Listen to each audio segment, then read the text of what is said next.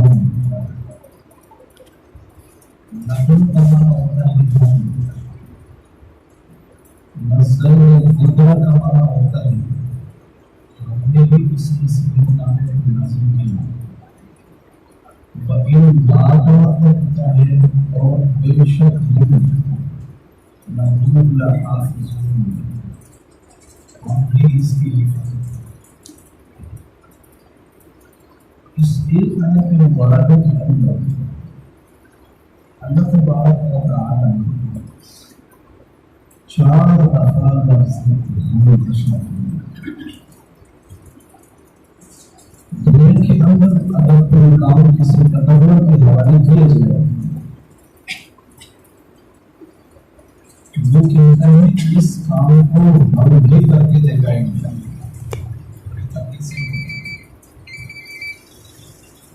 اسی طریقے سے اللہ تبارک و تعالی نے قرآن مجید فرقان حمید میں ارشاد فرمایا ہم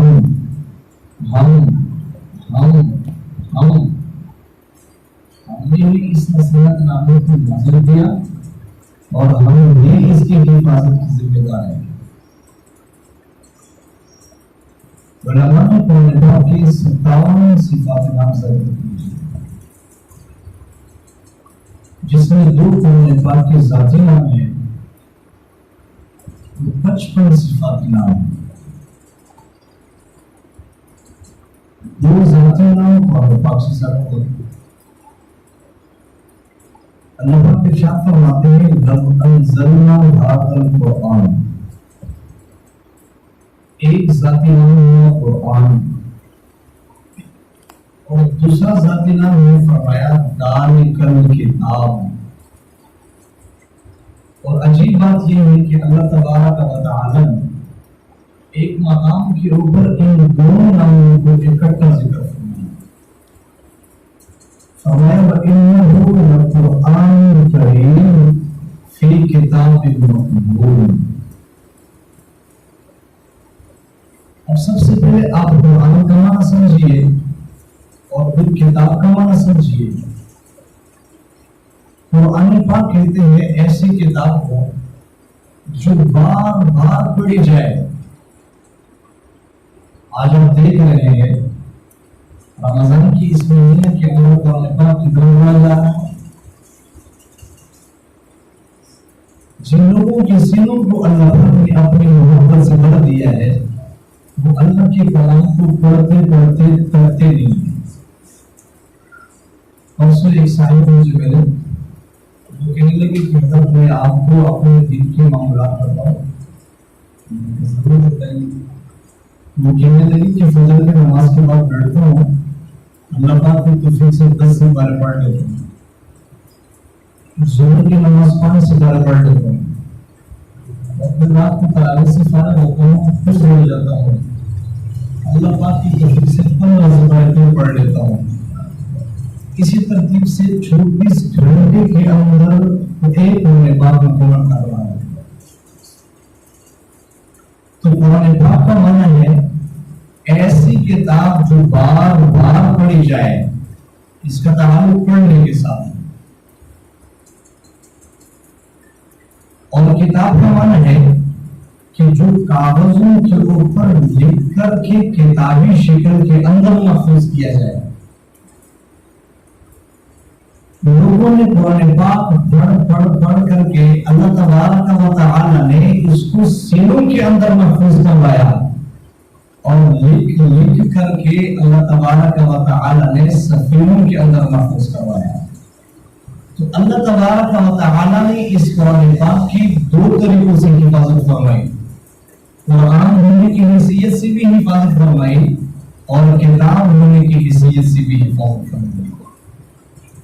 قرآن ہونے کی حیثیت سے حفاظت ایسے فرمائی کہ لوگ پڑھ پڑھ کر کے سینوں کے اندر محفوظ کر دیا، اور کتاب ہونے کی حیثیت سے حفاظت ایسے فرمائی کہ لوگ لکھتے لکھتے لکھتے اللہ پاک نے انہیں سفینوں کے اندر محفوظ فرمایا. ہمارے گاؤں چاکرا میں ہمارے ایک دوست ہیں عادل مصطفیٰ صاحب، وہ اتنی سازش کے پاس سے قرآن پاک لے کر آیا، وہ اتنا سا چوڑا تھا جس طریقے سے یہ انگلی کو پورا اس پورے جتنا قرآن پاک تھا اور مکمل 20 سپارے لکھے ہوئے تھے. تو لوگوں نے اس کو لکھ کر کے بھی محفوظ رکھا ہے اور پڑھ پڑھ کر کے سینوں کے اندر بھی محفوظ کر دیا. اور اللہ پاک نے وعدہ کیا کہ اس نصیحت نامے کو اتارا بھی ہم نے ہے اور اس کی حفاظت کی ذمہ داری بھی ہم نے. اسلام کی ابتدائی دور سے لے کر آج تک قرآن پاک اپنی اصلی حالت میں محفوظ ہے. اس دوران مسلمانوں پر وہ زمانہ بھی آیا کہ جس وقت مسلمانوں کی پوری دنیا میں حکومت نہیں تھی اور تتاری فتنہ ہوتا. بغداد کے اندر ایک دن کے اندر 2 لاکھ سے زائد انسانوں کو ذبح کیا. دریاؤں کا پانی سرخ ہو چکا تھا. اس قدر کتابیں دریا کے اندر ان لوگوں نے بہائے کہ 1 مہینہ تک دریا کا پانی کالے رنگ کے ہو کر چلتا رہا. اتنے کتابیں ڈالی گئی اس دریا کے اندر کہ دریا فرات اور دلدلہ کے اندر اتنے کتابیں تھی کہ ان کی سواریاں اوپر سے گزر سکتی تھی. کفار کی ہر ممکن کوشش تھی کہ مسلمانوں کے اندر سے ہم ان کی اس کتاب کو چھین لیں، مسلمانوں کو قرآن پاک سے محروم کر دیا جائے. لیکن انہیں حیرانگی اس بات پر ہوئی کہ ایک چھوٹا سا معصوم سا بچہ جب ان کے سامنے کھڑا ہوا، 7 سال کی عمر کا ہے، بسم اللہ پڑھ کے الحمدللہ کے الف سے شروع ہوا، والناس کے سین تک پڑھتا چلا گیا، پورا قرآن پاک ان کے سامنے پڑھ کے سنایا. ایک صاحب کہنے لگے، اے کتابوں کے اندر لکھا ہوا قرآن پاک تو آپ دریا کے اندر بنا دیں گے، جو سینہ قرآن پاک کا خزینہ بن چکا ہے وہاں سے نکالنا تمہارا کام نہیں ہے. تو اللہ تبارک و تعالی نے اس کلام کی حفاظت کی ذمہ داری ہوئی. ایک یہودی مسلمان ہوئے، تو انہوں نے اپنے ایمان لانے کا واقعہ نقل کیا.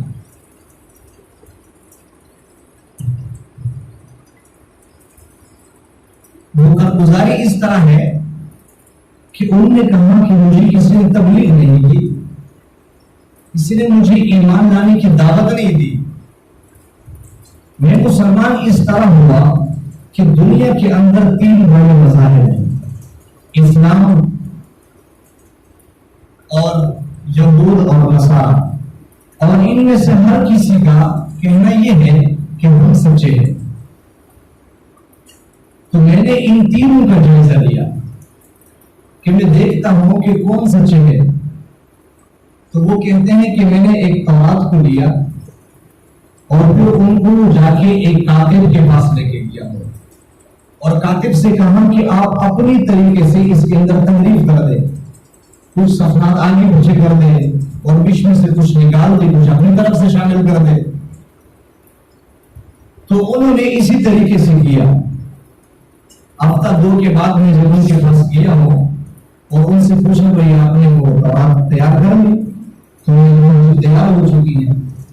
تو میں وہ تورات کو لے کر کے تورات کے ایک عالم کے پاس لے کے گیا ہوں اور جا کے ان کو میں نے گفٹ کر دیا، بھائی یہ میری طرف سے آپ کو ہدیہ ہے، آپ قبول فرمائے.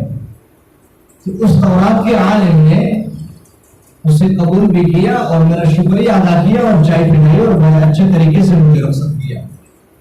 2 سال تک میں نے اس صاحب کا انتظار کیا، 2 سال تک ان کی طرف سے کوئی جواب نہیں آیا.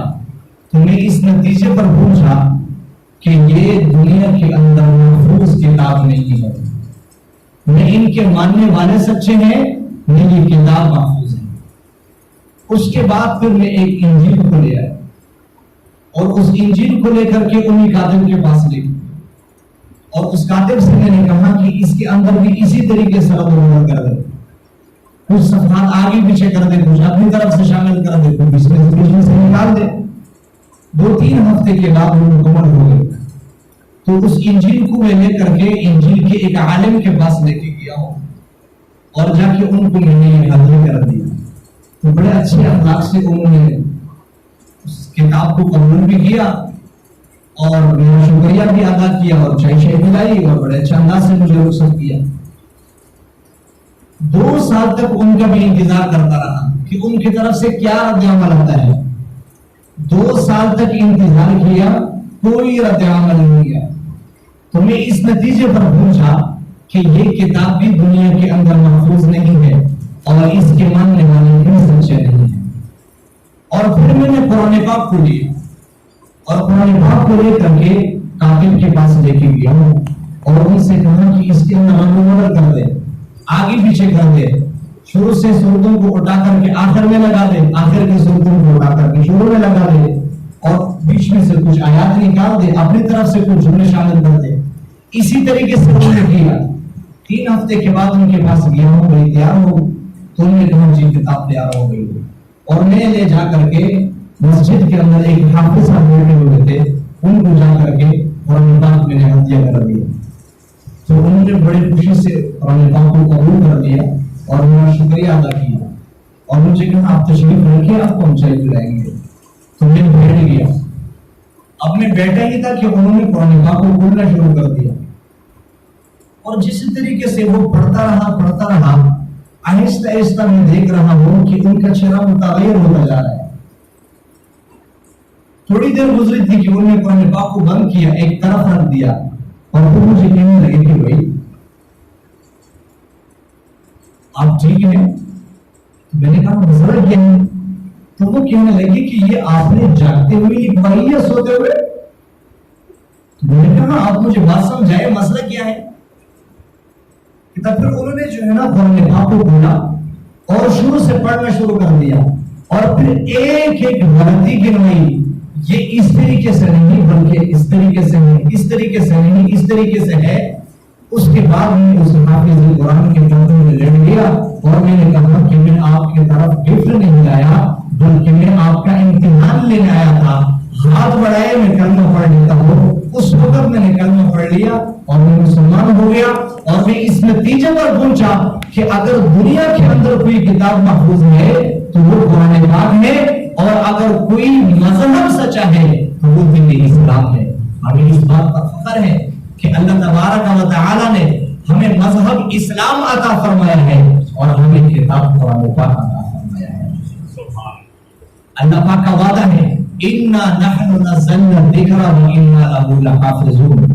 اس نصیحت نامے کو اتارا ہم نے ہے اور اس کی حفاظت کی ذمہ داری بھی ہماری ہے۔ اللہ تبارک و تعالی اس قرآن پاک کی حفاظت کس طور پر کر رہے ہیں، اس کے اوپر میں آپ کو ایک مثال دینے کے بعد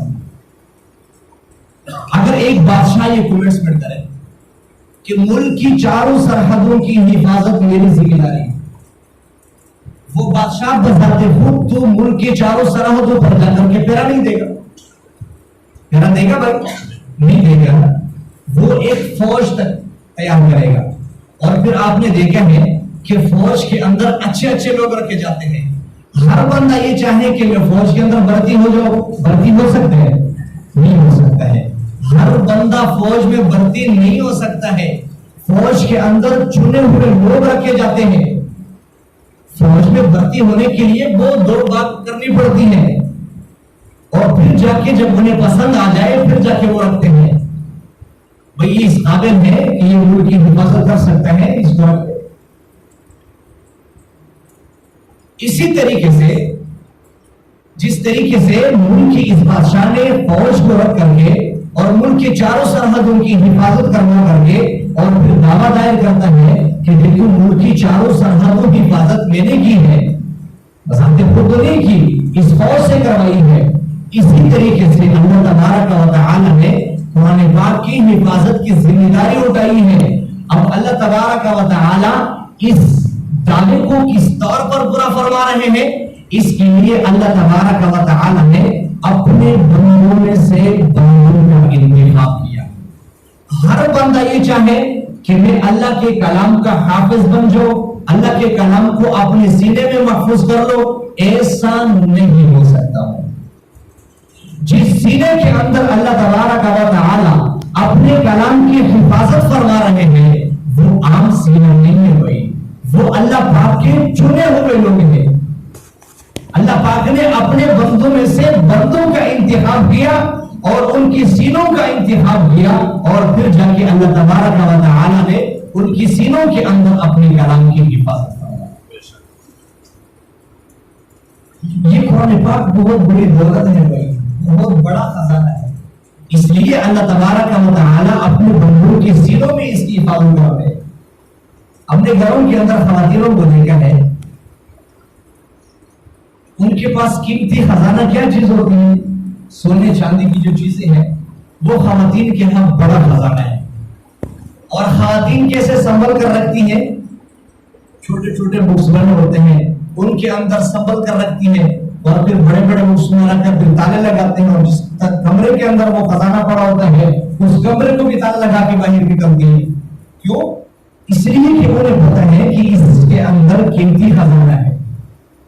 خدا نہ خواستہ اگر کبھی گھر میں آگ لگنے کا خدشہ ہو، یا سیلاب آنے کا کوئی اندیشہ ہو، یا چھت گرنے کا خطرہ ہو، تو ہماری خواتین کی سب سے زیادہ نظر اس بکس کے اوپر ہوتی ہے جس کے اندر ان کا یہ قیمتی خزانہ پڑا ہوتا ہے۔ اگر کبھی گھر سے باہر بھاگنا بھی پڑ جائے تو خواتین سب سے پہلے ہاتھ میں اس چیز کو لے کر کے باہر بھاگتی ہے۔ جس طریقے سے ہماری خواتین اس قیمتی خزانے کو چھت کے نیچے دبنے سے، آگ کے اندر جلنے سے، پانی کے اندر بہنے سے بچاتی ہے، اسی طریقے سے اللہ تبارک و تعالی جس سینے کے اندر اپنے کلام کی حفاظت فرما رہے ہیں، کل قیامت کے دن اللہ تبارک و تعالی اس سینے کی حفاظت جہنم کی آگ سے فرمائے۔ جس سینے میں اللہ تبارک و تعالی نے اپنے کلام کو محفوظ فرمایا، کل قیامت کے دن اللہ پاک اس کو جہنم کے آگ سے نہیں جلائیں گے۔ تو میں عرض کر رہا تھا کہ یہ لوگ جن کی سینوں میں اللہ تبارک و تعالی نے اپنے کلام کی حفاظت فرمائی ہے، یہ عام لوگ نہیں ہیں، یہ اللہ پاک کے چنے ہوئے لوگ ہیں بھائی۔ ان کو کبھی حقارت کی نظر سے نہ دیکھیے، ان کو ہمیشہ اچھی نظر سے دیکھیے، احترام کی نظر سے دیکھیے۔ اب سوال یہ پیدا ہوتا ہے کہ آسمانی کتابیں تو اور بھی ہیں، لیکن اللہ تبارک و تعالی نے ان کی حفاظت کی ذمہ داری بھی اٹھائی، قرآن پاک کی حفاظت کی ذمہ داری بھی اٹھائی۔ اس کا جواب یہ ہے کہ دیگر جتنی بھی کتابیں اتری ہیں وہ انسانیت کے نام ایک پیغام، انسانیت کے نام ایک پیغام تھا اللہ پاک کی طرف سے۔ قرآن پاک انسانیت کے نام پیغام بھی ہے، اور پیغام کے ساتھ ساتھ اللہ کا کلام بھی ہے۔ اس کلام ہونے کی وجہ سے اللہ تبارک و تعالی نے اس کی حفاظت کی ذمہ داری دی۔ آخر میں آپ لوگوں کو ایک حدیث سناتا ہوں، اور پھر انشاءاللہ ذکر کرتے ہیں تھوڑی دیر کے لیے، مراقبہ کرتے ہیں، تو دعا کرتے ہیں۔ نبی علیہ السلام نے ارشاد فرمایا، کل قیامت کا دن ہوگا، حافظ قرآن کو اعزاز سے، انعام سے نوازا جائے گا۔ وہ انعام کیا ہے؟ وہ اعزاز کیا ہے؟ وہ انعام یہ ہے کہ کل قیامت کا دن ہوگا، حافظ قرآن کو اللہ تبارک و تعالی یہ انعام عطا فرمائیں گے کہ بھئی آپ بذات خود تو پاس ہیں، لیکن آپ اپنے خاندان میں سے 10 ایسے آدمی جن کے اوپر جہنم واجب ہو چکا ہے، جن کے لیے جہنم جانا واجب ہو گیا ہے، آپ ایسے 10 لوگوں کی سفارش کر سکتے ہیں۔ یہ آپ کو اعزاز دیا جا رہا ہے، یہ آپ کو انعام دیا جا رہا ہے۔ لیکن اس بات کو سمجھیے کہ عام طور پر حافظ قرآن کے خاندان میں 2 طبقے ہوتے ہیں۔ کتنے طبقے ہوتے ہیں؟ 2 طبقے ہوتے ہیں۔ ایک طبقہ وہ ہوتا ہے جو حافظ قرآن کو دیکھ کر کے خوش ہوتا ہے، حافظ قرآن کی سپورٹ کرتا ہے، حافظ قرآن کو دیکھ کر کے انہیں خوشی ہوتی ہے اور ان کے والدین سے کہتے ہیں کہ ماشاءاللہ آپ لوگ بڑے خوش نصیب ہیں، آپ کا بچہ اللہ کا کلام اپنے سینے میں محفوظ کروا رہا ہے۔ اور ایک طبقہ وہ ہے جو حافظ قرآن کے والدین سے شکایت کرتے ہیں، ارے کیا آپ نے بچے کو مدرسے میں داخل کروا دیا، یہ حافظ بنے گا، کھائے گا کدھر سے، کل جا کے بازاروں میں چندہ کٹا کرے گا۔ بھائی آپ اسے انجینئر بناتے، ڈاکٹر بناتے، کسی اچھے کام پہ لگا دیتے، کل جا کے آپ کو سہارا دیتے۔ خاندان کے اندر یہ طبقہ، ایک طبقہ یہ بھی ہے، یہ چاہے بھائی ہے، باپ ہے، ماں ہے، بہن ہے، یا چاہے چاچا ہے، تایا ہے، دادا ہے، نانا ہے، کوئی بھی ہے، اگر وہ اس طبقے کے اندر شامل ہے تو کل قیامت کے دن یہ حافظ قرآن کی سفارش سے محروم ہو جائے گا۔ حافظ قرآن کی سفارش کے اندر وہ طبقہ ہوگا جس نے دنیا کے اندر حافظ قرآن کی سپورٹ کی ہوگی۔ تو آج کی اس مجلس کے اندر ہم یہ عزم اور یہ ارادہ کر لیتے ہیں کہ اگر کم از کم ہم حافظ قرآن کو اچھی نظر سے نہیں دیکھ سکتے، سپورٹ نہیں کر سکتے، تو کم از کم ہم حقارت کی نظر سے نہیں دیکھیں گے۔ آج کی اس مجلس کے اندر ہم یہ دعویٰ کرتے ہیں نا، اور ہم یہ ارادہ کرتے ہیں کہ آج کے بعد ہم حافظ قرآن کو اگر سپورٹ نہیں کریں گے تو کم از کم حقارت کی نظر سے نہیں دیکھیں گے نا انشاءاللہ تعالی۔ ہاتھ کھڑے کر کے یہ ارادہ کریں۔ اللہ تبارک و تعالی آپ لوگوں کے اس ارادے کو قبول فرما کر کے ہم سب کے لیے بخشش کا ذریعہ بنائے۔